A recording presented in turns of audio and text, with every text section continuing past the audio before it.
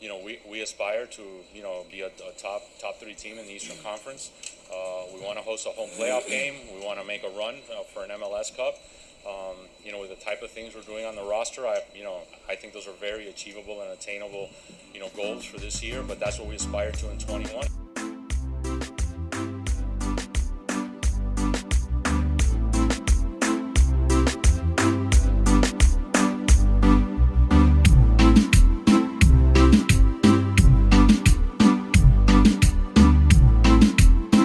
It's been 4 months.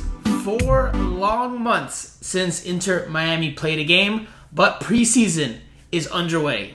Unofficially so, but it's underway all the same.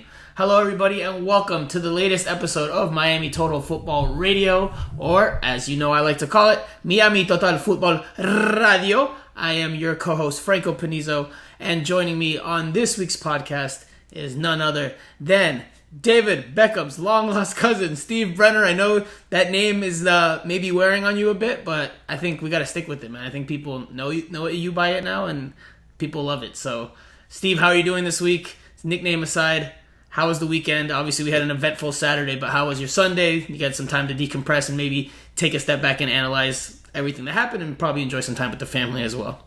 Yeah, absolutely. Well, just on the nickname, I mean, clearly David Beckham had absolutely no idea that I was potentially a member of his family when he spoke to him on Saturday. So I think now is the time to retire that moniker once and for all, because when push came to shove, he just looked at me like another reporter, not one of his cousins. So I don't know. I think the people love the nickname. I think we need to let the people decide if we should keep calling you David Beckham's long-lost cousin, or if we should call you something else. What's Spanish for cousin? Like El Cocino or something like that? Primo, man, primo. How long have you been in South Florida, brother? How do you not know these? Sorry, primo. Okay, no, I quite like that. El Primo. Why not? It's not bad. But yeah, no, it was a good event down at the stadium. It was good to see some fans sort of milling around as well, which was cool. And look, we speak to that today. It's 1 year since the first game, which is just absolutely wild. But I think everything looks like they've got their group together. The coaching staff and all the players are back now, and everyone seems just to be pulling in the right direction. So they've done enough talking, I think, now for since Phil Neville was appointed, and we've spoken to Beckham a couple of times now, and I think now the hard work is really beginning to kick in. I'm sure the friendlies have been announced, all that sort of stuff. So now I think it's the time for them to work, and then we're building up to that big kickoff, and let's see what's really changed. I do think that is pretty noteworthy that you just touched on, that we were able to go to the training facility on Saturday, at the stadium on Saturday, and speak to the club's brass, not only David Beckham and Jorge, but also Phil Neville and Chris Henderson. I think it's notable for the fact that, I could be wrong, but Inter Miami may have been the first team in maybe all of the world to open its doors in that manner, with media being able to get that close to... Possibly. I mean, I don't know about you, but it was the first time in pretty much a year that I've actually been to like an in-person...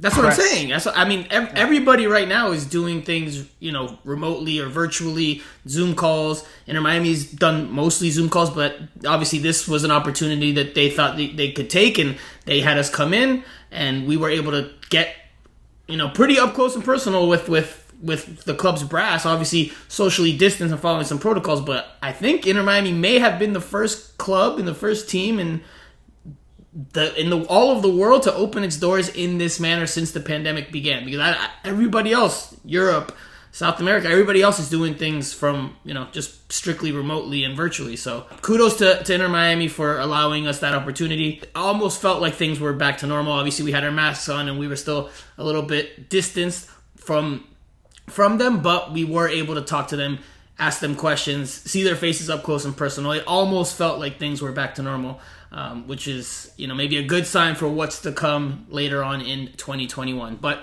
like you mentioned, we have a lot to talk about. There's a lot of news and nuggets and notes that came out of Saturday. So we're going to dive into all of that, including the signing of Gregori, the Brazilian midfielder that was signed last week right after we put out the show, I had a few people on Twitter saying, man, you guys have to record another episode this week because, you guys haven't talked about Gregori. So we're going to talk about him this week. We're going to talk about David Beckham's comments about the jersey, Jorge Mas talking about a jersey sponsorship, the preseason plans, a whole bunch. We have plenty to talk about. I'm going to try to move quickly because there's quite a few things to do it. So I'm not even going to bother with the follow us on social media this week. If you haven't, just find us on Miami Total Football on all our channels and do so. But let's get to it. All right, Steve. Well, we had this opportunity to sit down and meet with club brass, and we got a lot of news and information out of it. Some good news, some not so good news in terms of an injury. We'll touch on that in a little bit. But let's start with just your overall feel and perspective on the event that took place on Saturday. Obviously, it was a jersey launch for La Palma, the new secondary Inter Miami jersey, black with the palms on it, the one that had been leaked online for the past few weeks. If you haven't seen it, you can see it on at Miami Total Football's YouTube page. But Steve, what was your takeaway from our 1 hour, 90-minute, 2 hour meeting with Team Brass? Yeah, it was great. I mean, look, in normal times, in inverted commas, this was an opportunity Phil Neville wanted to get to meet the local media, of which we're members of. It was us risen guys, and then it was some radios and TV guys. But it was obviously still had to be a little bit distant. I think if it was in normal times, we probably would have gone for a coffee with him, or maybe had a beer, or I don't know. It would have been a little bit more up close and personal. It was still a little bit standoffish just because he wasn't able to sit in amongst us. But I think they just wanted to show that they're keen to try and strike up a good relationship with the media from the start. It's been a little sort of disjointed and a bit fractured, mainly because of when the pandemic hit. The season had only just begun, so we never really got to know and have a sort of relationship with Diego Alonso. We weren't going down to the training ground every week. We were missing out. The stuff on Zoom. The club tried hard, but it just wasn't. It's just not the same. So this was their attempt to try and, please us and say hello and just be nice and just generally just start off on the right foot. And I think for the most part, it was great. It worked fine.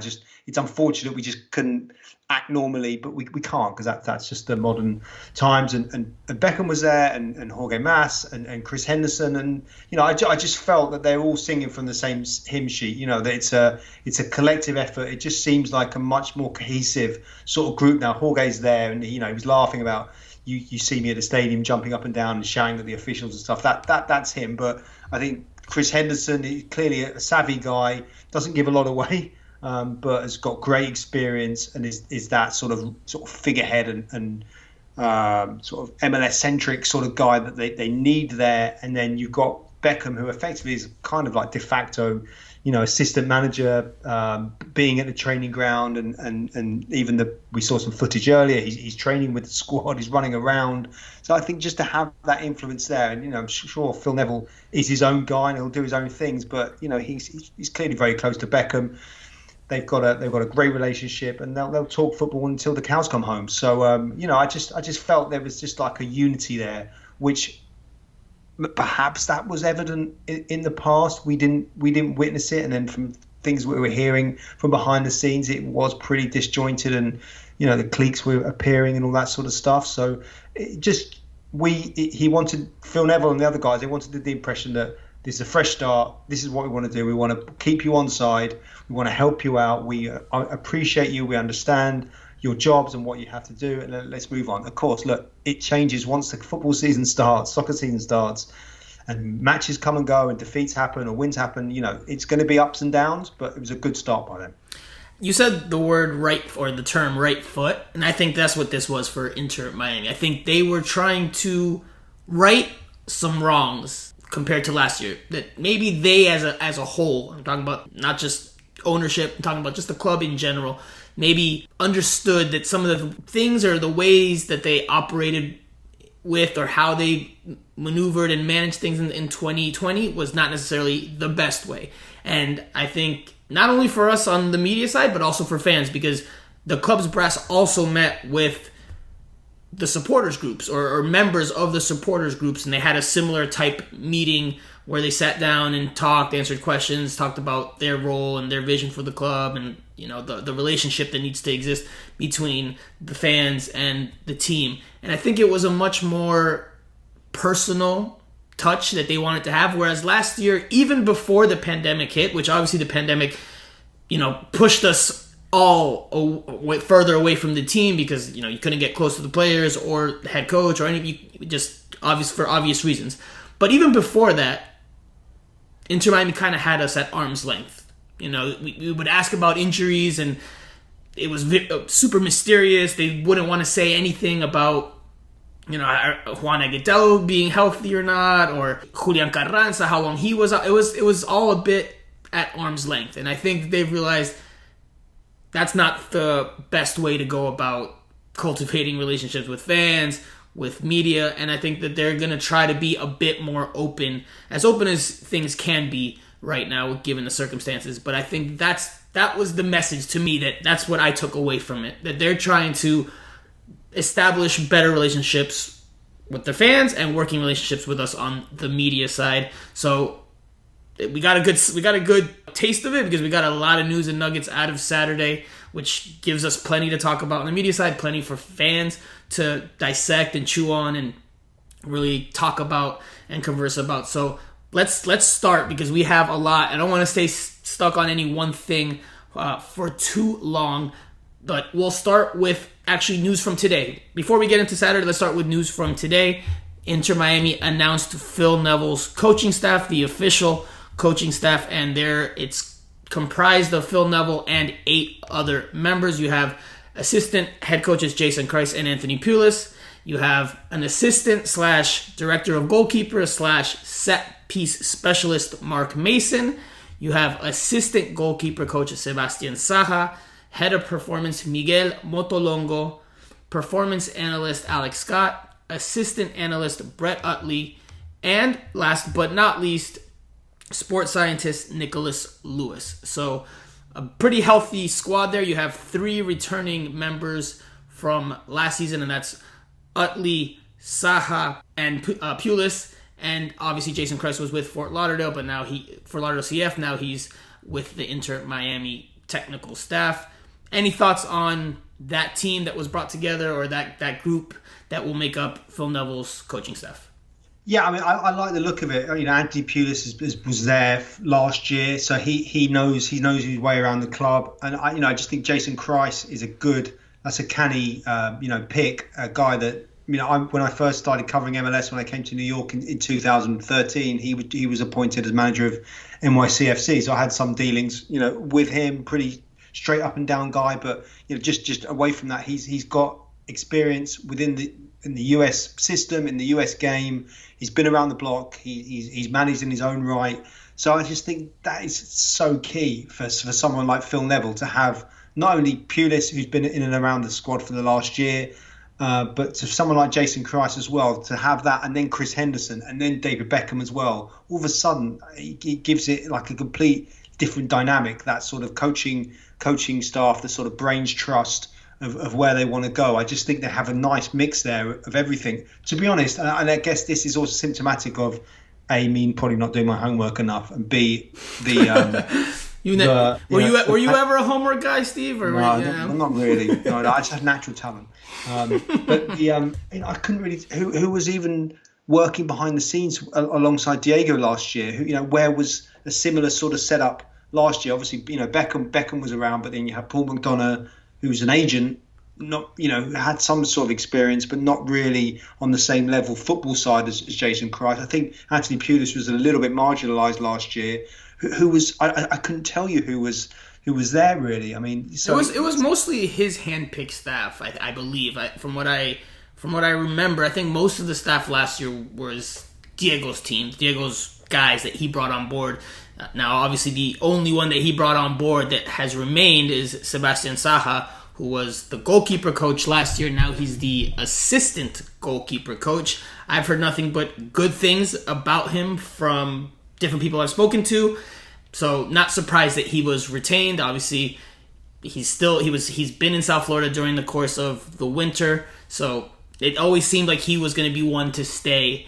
If you saw his Instagram post. He was in South Florida for much of the offseason, so it always seemed like he was going to remain. Though it must be said that Diego Alonso is also still living and residing in South Florida. I assume that the buyout money he got was good enough for him to stick around in his probably nice apartment that he had facing the ocean. Because I remember when we did those first initial Zoom calls with him when the pandemic hit last year, you would see him outdoors on his patio, and you could see the reflection of the ocean in the window behind him. So living the dream. Yeah. I mean, there's worse things to do than be Diego Alonso right now, for sure. Absolutely. So I think the staff as a whole, you've got a good mix of things. People that Phil Neville is very comfortable with, because there's obviously some foreign hires there, but there's also some hires that have been with Inter Miami. So you have some continuity. And then you bring in Jason Kreis, who has a lot of MLS know-how. So I think the staff is pretty well-rounded in that sense. Now, obviously, we'll see what, how things play out over the course of the season, how the results go, and there we'll get to see the body of work of this staff a little bit more. But I think it's promising. I know some people have said, you have an assistant coach in Jason Kreis that has more experience in MLS or experience in general than your head coach, but I think he's being brought on board because of that, because of his knowledge of MLS, and because he can be maybe the right-hand man to Neville and really help him get integrated into the league, which we've talked about countless times, has so many different challenges. It does get difficult for foreign coaches. Historically, foreign coaches have not done well in MLS because of all the different things and issues that can arise and exist in MLS, the challenges that exist. So I think Jason Kreis being one of the right-hand men is a smart move, a good decision to have him on the brass or on the staff. And also well versed in working with a new franchise. He was there with NYCFC straight from the start. I think that helps too. Yep. And Steve, before we move on from the coaching staff, did you find it at all interesting that Mark Mason, who is an assistant coach, director of goalkeepers, he also has the title set piece specialist? Now, I don't know many MLS teams that have someone with that title. I can't recall any off the top of my head, but that to me stood out today. I don't know if it stood out for you, but to me that stood out that they have someone under the title set piece specialist, because if anybody that's listening to this has followed this podcast since last year, anybody that's followed my coverage of the team, I dissected in 2020 and did a whole video on it about the fact that they were not good at set pieces, and that was one facet of the game that was really hurting them. So it's very intriguing to me that they now have someone with the title set piece specialist. Yeah, and he's a goalkeeping coach as well, which is also an interesting sort of just caveat. Obviously, you would associate that kind of coach, I guess, with being an outfield player rather than a goalkeeper himself, but someone that's worked with Phil Neville for the women's national team. He was part of the team that got to the semi-final in 2019 at the World Cup. 14-year career in English soccer. Has worked at Ipswich, technical director for Southend, head academy coach for Portsmouth. So, yeah, interesting move. And again, interesting that they've just made sure that people are aware that he's a set piece specialist. I'm pretty sure Liverpool have got a throw-in specialist. Nice. That's just a little bit of attention to detail. Phil Neville's clearly used him for England and had success with it. So, but that's something we'll have to ask him, moving forward about that, because it's interesting. You don't really see that a great deal. But I guess as the game gets more technical and you can break things down more, than those sort of posts will come up. So when they get their first corner, I'm going to be absolutely riveted to see what happens. We're going to dissect every corner kick this season, every single one. Look, just quickly on that, I think, and I don't want to toot my own horn here, but I think what we analyzed and what we talked about last year was not far off from maybe what they've seen. Because Chris Henderson on different occasions has talked about, Ryan Shawcross and him coming into attack set pieces and being excited about that facet or that aspect that he can bring to the table. I think that they realize that they need to improve on set pieces, because not every game is going to be, I think they'll improve this year. They're going to want to improve from their run of play, but not every game you're going to be able to have your best game. And sometimes you need those set pieces to help open up a game or bring you back into a game or even win a game late, like we saw against Orlando City last year on one of the few occasions that Inter Miami scored off of a set piece, off a corner kick. I think there's a stat out there that I don't remember if it's 1/3 or 1/4, but either one of those, 1/3 or 1/4 of all goals scored in soccer, football come off of set pieces, be it a free kick, absolutely, a corner kick. So that's a very important facet of the game, and Inter Miami was very poor in that regard in 2020 for all the reasons we've talked about before. So be very curious to see how much of an improvement there is in that area in 2021. It's an attention to detail. It's, you can't knock it. I mean, it's a good idea. That's righting the wrongs. Marginal gains.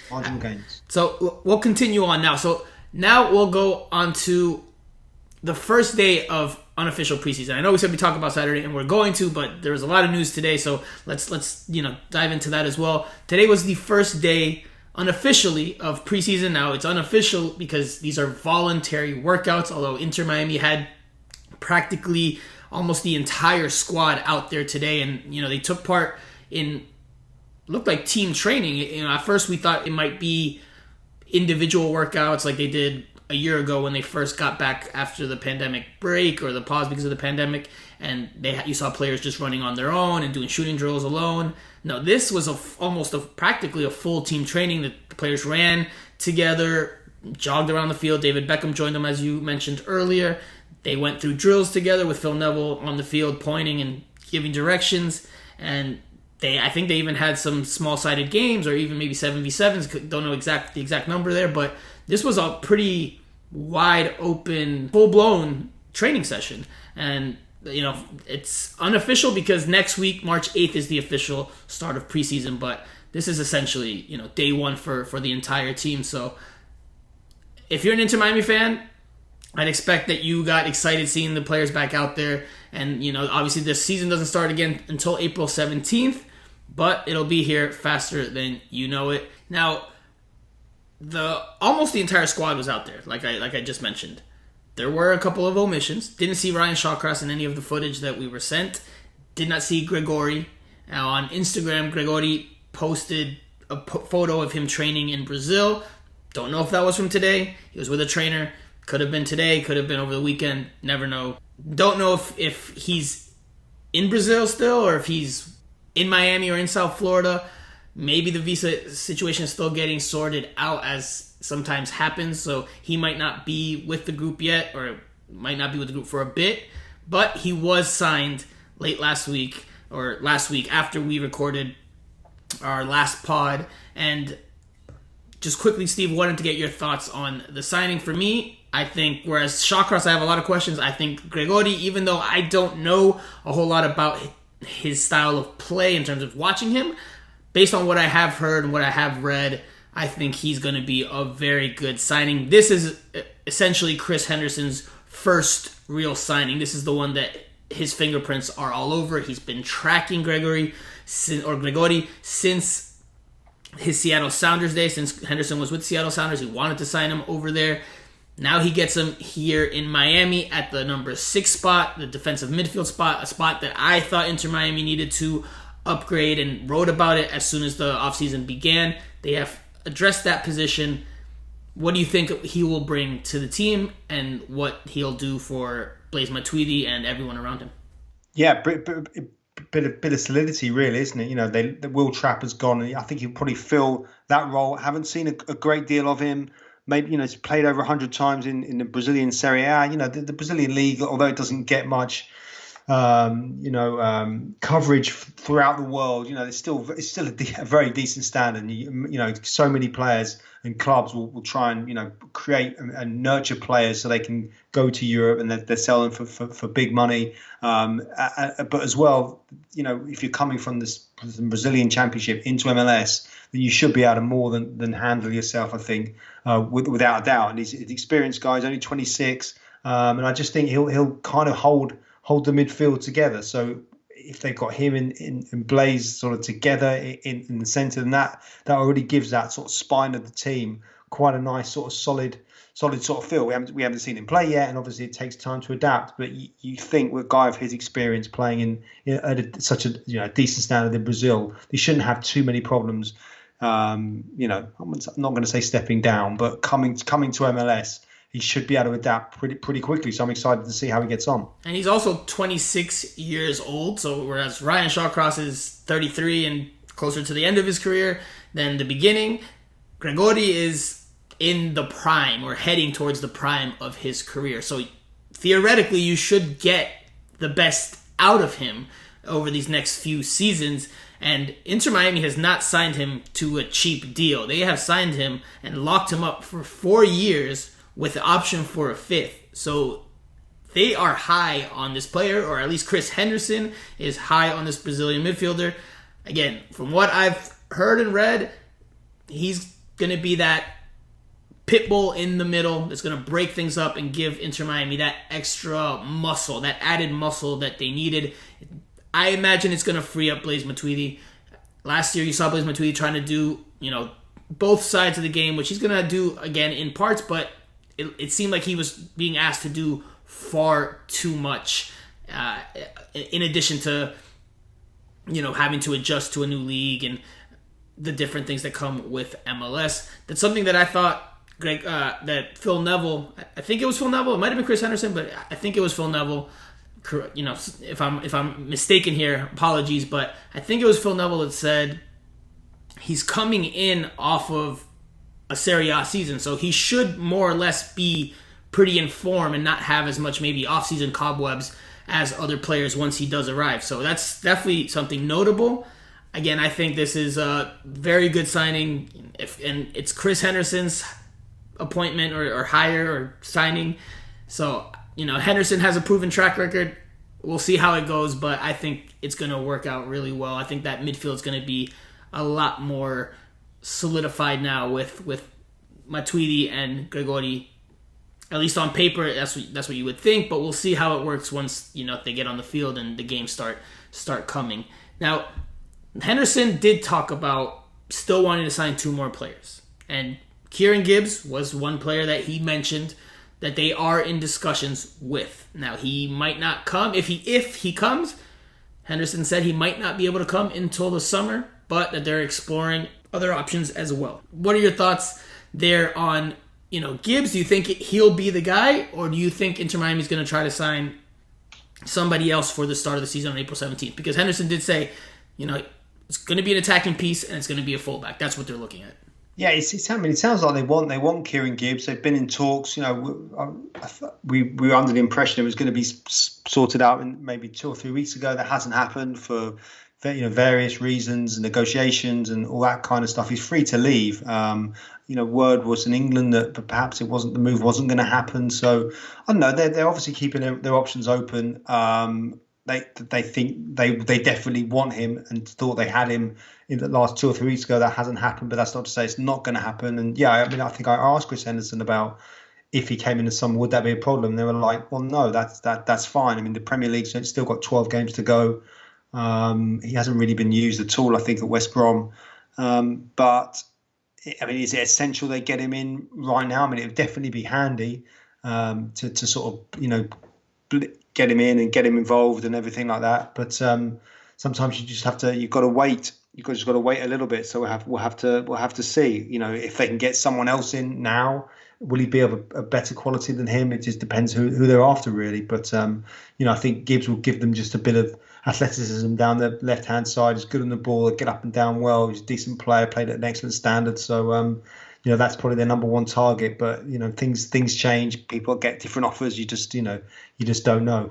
But it's a good move for the player. But it's whether or not he wants to sign on the dotted lines, and we just have to wait and see. I want to hear this quote from Henderson. I want to play this quote from Henderson. So let's listen to it, because I think it's noteworthy for various reasons. We hope to make 2 additions. We are waiting on some decisions on, at the league level for where we are and what we can do this year. And then we'll see. Okay, Steve, so listening to that from Chris Henderson, it sounds like, to me, it's what I took away from it, Inter Miami is seeing how they can maneuver their roster. And to me, again, this is just my interpretation, my read on it. They're maybe trying to see if they can buy Matias Pellegrini's or change his label on the roster. Because obviously he's a DP, a young DP. Maybe they're trying to see if with the new rules, and this is something we were asked last week by one of our listeners, can he be moved to the under 22 threshold and be labeled under that? Because if he can, and if they can open up a DP spot, well then the attacking piece that they want to add can be a much higher caliber player than if it's not, right? So that's my takeaway from it. That's what I think maybe they're waiting for, because again, they are looking for, in addition to the fullback, they are looking for an attacking piece. Henderson said it could be either a winger or a number 10, anywhere along that line of three in those attacking midfield spots. Seems like Inter Miami is going to stick with a 4-2-3-1 for now. At least that's what Chris Henderson kind of alluded to. He said if we stick with that 4-2-3-1 system. So if they're looking for a player in one of those three spots, obviously it's going to be an attacker. Probably going to be someone either on the left or in the middle. But I think they're trying to maximize that spot, and they're maybe going to wait and see what MLS says or what MLS rules with regards to the the under 22 initiative. If they can get a high DP player, man, or just a DP player, not necessarily a big name or a world recognized name, but this team I think could be, at least on paper, very, very good. Yeah, that would be awesome if they could free up that spot. Then that really does open up, and it completely would change the dynamic. It seems like they're set on Pizarro and Iguain, definitely giving them a chance for sure. So then it's just that other spot. So it's going to be interesting to see what happens, because that could be a complete game changer and completely change the way they kind of look at their transfer dealings now. So that we could get another superstar British name in, to add to Ryan and David and Phil and all those other guys. So but that it would be interesting to see what they're going to do, because that could change the dynamic of everything. Yeah, it's going to be interesting to see how it plays out, and how much longer can they wait, because obviously they would probably want to have as close to as at full strength roster as possible before the start of the season, or as close to the start of the season as possible. We saw last year what happened when they didn't have a team that was fully built, and that obviously led to some issues. Quickly, Steve, before we can close out this segment, I also want to hear this quote from Phil Neville, because you just touched on it. Rodolfo Pizarro, what is his role with the team going forward? Let's listen. I think when you talk about Rodolfo Pizarro, I think what you want, forget the position, you want him on the ball, because he's got great technical ability. He's got the ability that probably some players haven't got, the ability to turn, the ability to see the pass. So I think that's something that we need to work really hard on, is to get our best players on the ball, our best technical players on the ball, and that means that we have to give Rodolfo a good platform, a better platform to be successful.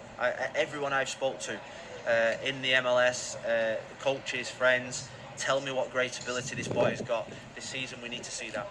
So, Steve, Phil Neville didn't give up a whole lot, kind of avoided, it was my question, asking him about where he sees him on the field, where he wants to play him, be it a 10 or out on the wing. And while he may not have said anything with regards to the position, he did seem to hint on it. I mean, he didn't hint. He just said it directly that he wants Pizarro on the ball, and that they want to get the most out of Pizarro in 2021 because they know what he's capable of. So Pizarro's going to see plenty of the ball, it looks like. Now it's just a matter of where they fit him in. Yeah, absolutely. I think he definitely sees, as we all do. We all see there's definitely a player in there. There's a good player in there. He's got a nice touch. He's good on the ball. It just, for one reason or another, it just never really kind of clicked for him. So they definitely recognise that they've got a good talent, good investment on their hands, and they just have to try and unlock him. And whether or not it took him a bit of time to settle, and you had COVID and all this kind of stuff. He was criticised back home in Mexico for sort of leaving the Mexican league and allegedly taking a backward step by going to MLS. So maybe we'll see the best of him this year, but the coaching staff definitely are backing him. I'd be surprised if he would leave in this window for sure. I think they're going to work with him. They know that he's got talent, and we'll have to see what happens. But they're backing him for now, for sure, and be interesting to see if they can just maybe coax out some consistent performances that we didn't really get last year. You made me smile. I almost laughed, but I didn't want to interrupt you. When your opening remark there's a good player in there somewhere. Man, I'm telling you, Rodolfo Pizarro is going to score a goal, and he's going to lift up his shirt, and it's going to say something not nice towards you, Steve Brenner. I just wasn't convinced by him last year at all. Listen, I agree he did not have a good season. He started out okay. He started out well, even maybe after the pandemic hiatus, when things kind of kicked back off at MLS's back, he still showed some things. But then once you got to the second half of the season, and I say half because it was obviously the majority of the games, but there it was very inconsistent. And then you saw a lot of the negative aspects of his game come out, where he was holding on to the ball too long and maybe dawdling a little bit too much and dribbling into traffic, and just did, and then his end product on the final third just wasn't there either. For me, I don't think he's a 10. Like, I know he plays the 10, and Miami uses him as the 10, or has used him as a 10, but I don't think he's a 10. And he's not a winger because he doesn't have the pace to beat you down the touchline or the sideline, and he doesn't have those dribbling skills in one-on-one. Now, he can dribble in tight spaces, and he can connect passes well. To me, he's more of a center midfielder, but you already have two players in those spots. So I'm assuming that they're going to keep him at the 10 spot for now, unless they sign somebody else there, and then maybe they'll push him out wide and try to maybe use him as an inverted winger, tucked in a little bit more. Not necessarily going to give you a whole lot of width out there on the wing, but we'll see what happens there. Let's take a quick break because we've talked a lot about a lot of different things. So let's take a quick break. We still have some other topics to talk about from Saturday, some other quotes that came out of it. So let's take a quick pause, and we'll be back after this.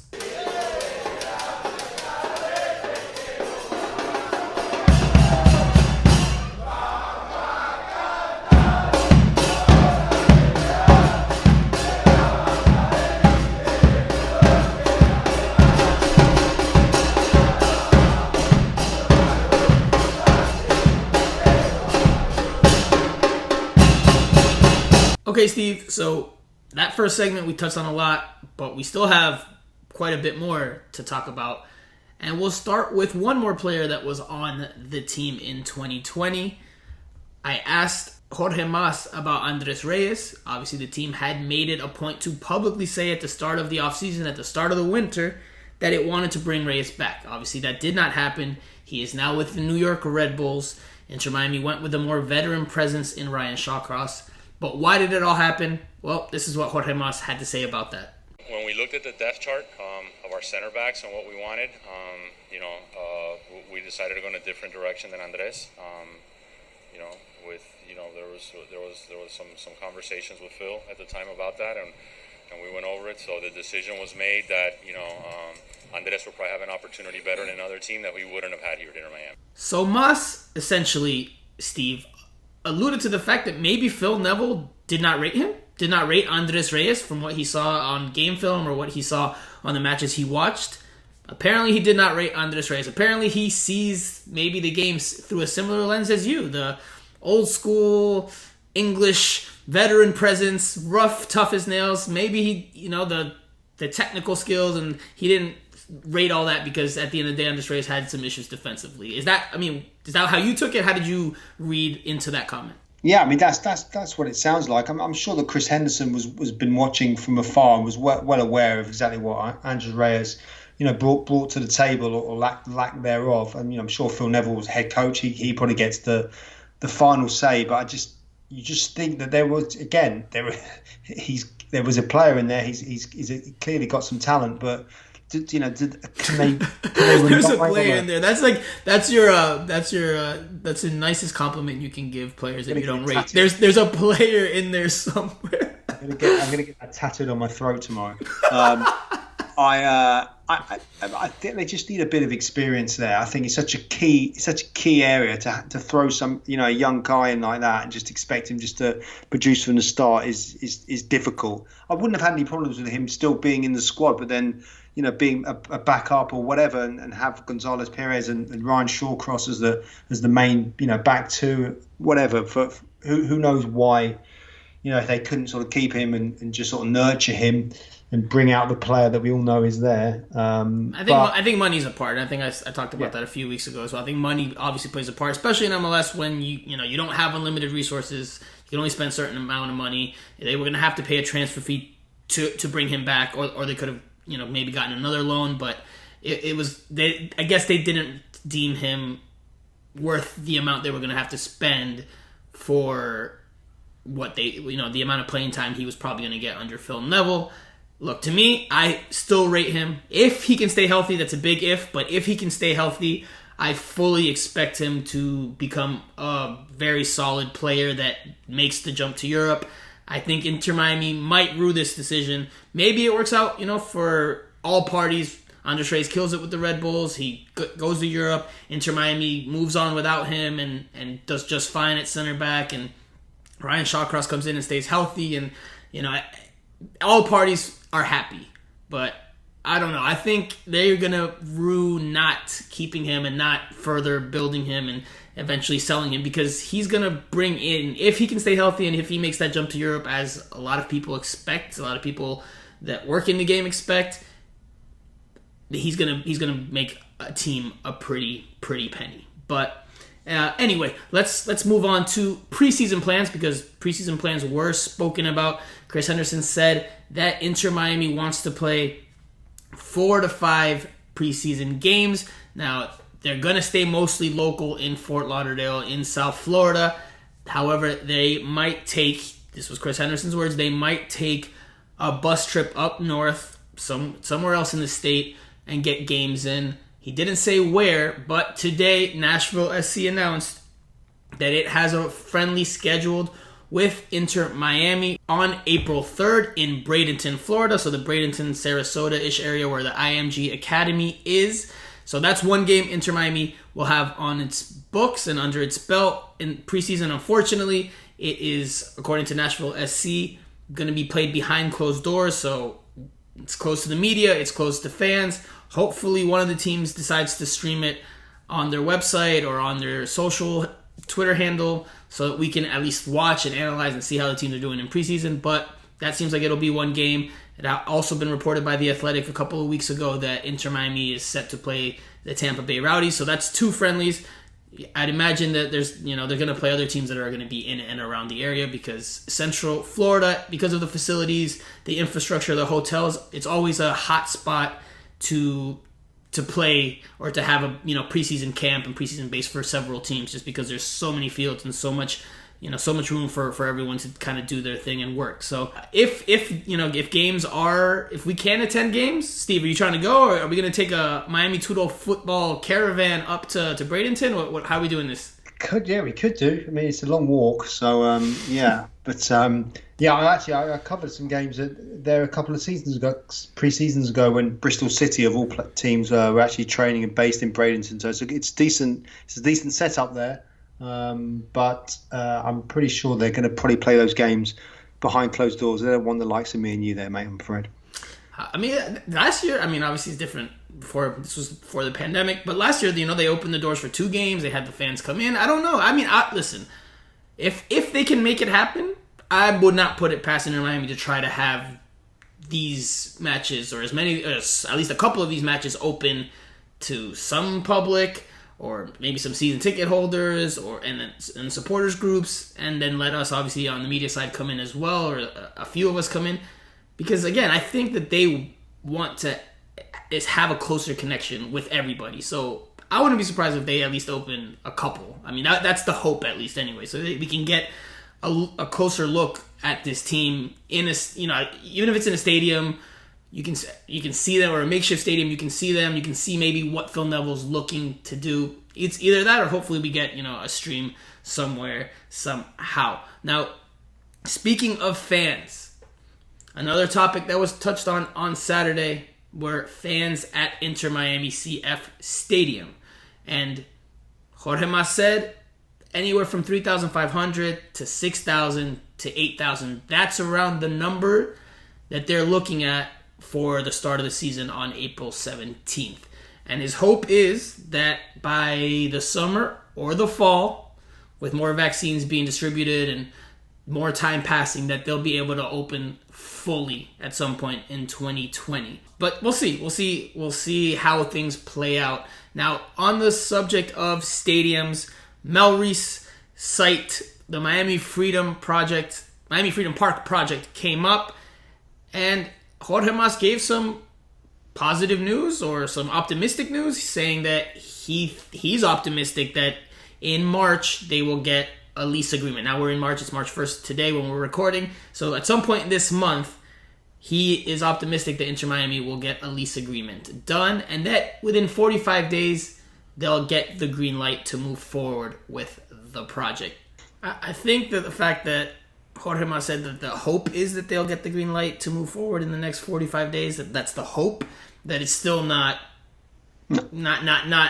close to being a sure thing. So we'll see. And let's be right. You know, we went into the club area on Saturday. It's a great setup. They've got an absolutely brilliant setup there with the training ground next door. Everything is there. It's a great setup, and it's what they will want. If they could pick up Lockhart Stadium and just plonk it in Mel Reyes and then create a load of hotels and stuff around it, that was what they want. But let's don't fool ourselves. They've got a great setup right now. Why would they want to go anywhere else? It's a business decision that they want to do at some point. But for now, they've got all the tools at their disposal. We're looking at the footage today. The training setup is fantastic there. So let's just see what happens. But it's, you know, like I say, are they going to start building, you know, in June or July? No, I don't think they've got any chance of that. Now, to close out this segment, I want to listen to these two quotes from Jorge Mas and then from David Beckham. We'll start with Jorge Mas. We've had multiple conversations with global brands about being our jersey sponsor. Again, going back to 2020, there's a lot of rumors. We were, you know, at some points very close to having a jersey sponsor. We have multiple opportunities. For this year, 21, we're in conversations with sponsors. I do anticipate having a major jersey sponsor for this upcoming 21 year. Okay, Steve, so quickly, Jorge Mas saying that they're going to have a jersey sponsor, or that they're working on it, and that he thinks they'll have one in 2021. We heard Paul McDonough say a lot of similar things in 2020 about how he thought it was coming and didn't happen. Do you think it'll happen for Inter Miami in 2021? It sounded like they were more positive about that, didn't it? It'd be interesting to see what direction they're going to take in it. I'm surely from a looking on the other side, I think it's a good investment or good business opportunity for any big, you know, company to want to get involved in what they're trying to do right here now. But we'll just have to wait and see. Maybe it'll be Miami Total Football Radio. I mean, you just don't know.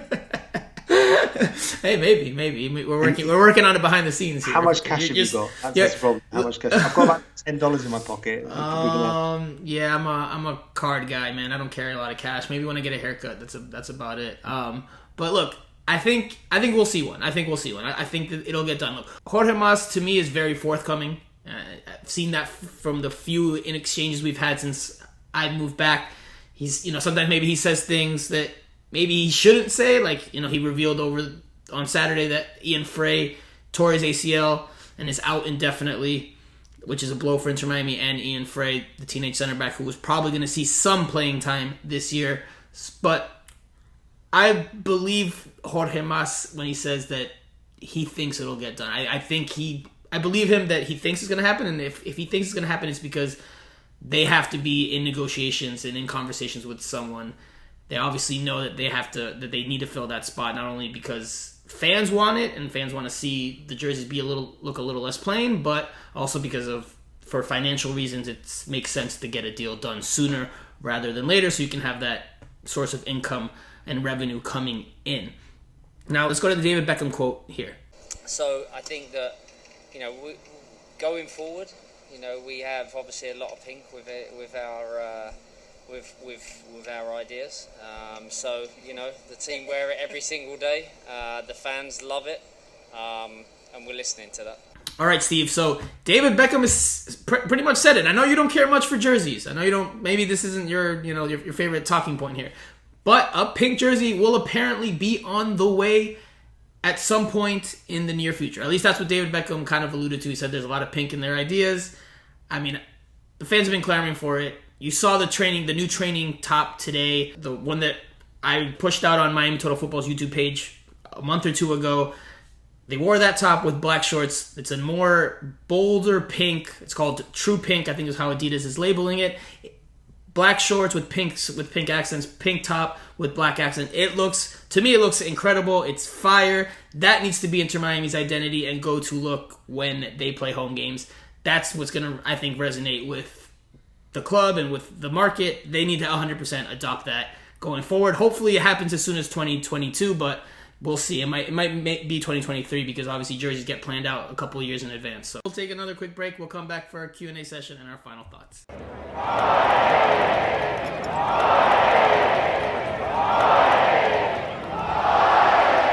All right, Steve, Q&A time. We know the protocol. We know the system. Let's go. First one comes from Joseph E. at Joseph Jeem.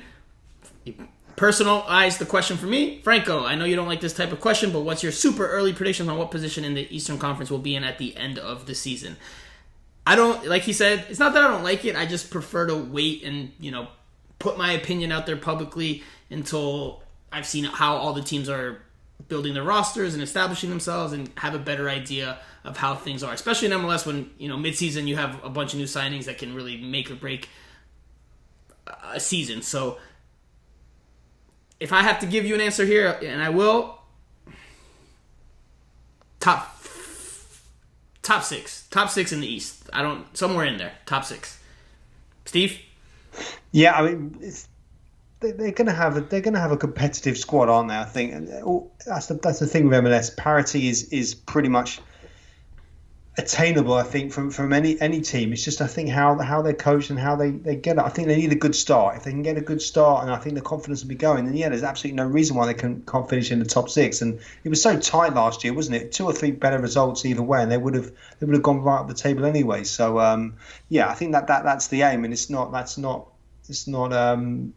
unachievable for sure. Jorge Mas said they wanted to finish in top 3, that's their goal. They want to finish top 3. I think top 6 is more realistic. I have questions about Inter Miami's depth. Even if they sign Kieran Gibbs or a good left back and they sign a good attacker, I still have questions about Inter Miami's depth because I don't think they have very much of it. Next question comes from at Siege Orlando. So it's the Siege chapter, the Siege supporters group chapter in Orlando. Who would be your ideal signing for the next person to come to Inter Miami? Steve, you can start here. Well, I mean, it needs to be. I think it needs to be an attacking player, doesn't it? For sure. I think that's if they've sort of solidified the middle of the park a bit, then you need a bit of creativity. He's talked about maybe potentially getting a left winger in. I know someone that's just going to get the bums off seats, get the fans exciting. It's sort of recent post someone wrote about Oscar, the former Chelsea guy that's in China right now.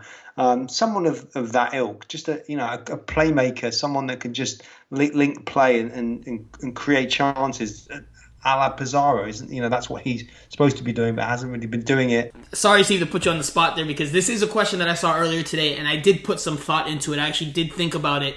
I would go get, and again, we're talking about ideal signing. I would go get Juan Cuadrado, or this was my actual preference, Marcelo. Real Madrid, left back, and he doesn't even need to play left back for you. He can play, because he's so good technically and in the attack. In MLS, he could absolutely cut it as a left winger, and I think he would kill it and give you exactly what you want out of that position. That's if you had, obviously the ideal scenario or the ideal dream signing. Obviously, it takes a lot of money, and probably I would put money on it not happening because this is just me. This is just conjecture on my part, but that's who I would go for if I could sign anybody. Good shout. I mean, he's only 32 as well. So I say Juan Cuadrado because obviously there's a big Colombian, influence or a big Colombian community in South Florida. So if you wanted to get a player that could give you something on the wing, and maybe he plays down on the right, and you put Lewis Morgan on the left in that regard. you have a player that can be effective, that can make an impact, that's playing at a high level, and he can also appeal to the larger South Florida community, or the Colombians in the larger South Florida community. So join up with his old Juventus teammates as well. Yeah, there you go. And you've got 2 former Juventus players that can sell him on it, and there you go. Juan Cuadrado to Inter Miami. I really like Marcelo as a player. Next one comes from Via at JVL_5. What's your opinion on Jason Christ as assistant coach? Like I said earlier, I think it's a good decision. Give Phil Neville someone that can let him know the lay of the land in MLS, the difficulties, the challenges, all that. I think will help Phil Neville, and it's a big plus. Something that Diego Alonso didn't really have on his stuff. True, and he's also involved still with the US under 23 squad as well, isn't he? So I think he's going to be missing potentially for part of the season if the Olympics carries on or continue. Is staged. But I just think he's just got his eye across a wide range of soccer-centric things in the US and beyond. I think his experience is so valuable. Last question comes from J.R. Reed. Hey, gents, any idea who the 2 players or positions Chris Henderson wants to sign? Also, they mentioned a possible site or lease for the new stadium. When do you think they will make an announcement? So we touched on both of these. Obviously, like I said, they're looking for a left back. Kieran Gibbs is an option, supposedly one of several, according to the team brass. And the other position they're looking for is in the attack. Again, to reiterate, they said 4-2. If they stick with a 4-2-3-1, that player would be someone that could be anywhere across the 3 positions in the advanced midfield line. So we're talking left winger, a number 10 central attacking midfielder, or a right winger. So any of those 3 could do. I don't know who they're going for there. Again, I think they're waiting to see what they can do if they have the flexibility to move, Pellegrini's contract, and seeing if they can have that option. Steve, that about does it for this show. So what are your final thoughts here? And I'll give mine, and we'll wrap up the show. Yeah, no, look, like we said, they're saying all the right things. They're doing all the right things. They're sweet talking the media, which is fine. We love that. We want to have a relationship with them. It's got off to a good start, but I think now is, they've done their talking. Now the preseason really begins to start, and they start playing games, and now it all builds up to April 17th or 18th, whenever that is, whenever they're going to play that first game, and it all builds up to that moment. So they've made a decent start, but now the hard work begins. Well, my final thought is, have you seen Gonzalo Iguain's beard? Man, that thing is serious. And this is no criticism. I can't grow a beard like that, so this is nothing but appreciation. But, man, that beard is serious. He has grown it out. One winter, like I tweeted on my Twitter handle, at Franco Panizo, one winter in South Florida, and he's looking like DJ Khaled and Rick Ross. If you haven't seen it, check out the image. It's a new look for Gonzalo Iguain. I think it suits him. Definitely makes him look a little more fierce, that's for sure. But in all seriousness, I can't believe it's been a year. I'm going to go back to something you touched on earlier, Steve. I can't believe it's been a year since Inter Miami's first ever game against LAFC. I remember being in the stadium at Bank of California Stadium. You were there. We didn't really know each other that well yet, but I just remember sitting down and looking at and watching the local team, the Miami team, and trying to see what they were all about. Obviously, things didn't go well for them on the day and over the course of 2020, but we're heading into year 2, and we'll see how things go for Inter Miami. For the club's sake, hopefully it'll be a better year. We'll leave it there. We'll come back next week when preseason officially begins. We'll probably know more about Inter Miami's preseason plans by then. Maybe Gregory and Ryan Shawcross will be in the mix, but we'll see. As always, give us a review if you haven't already, please, and give us a follow as well on all our social media channels. For Steve Brenner, I'm Franco Panizo, and we'll talk to you guys again next week.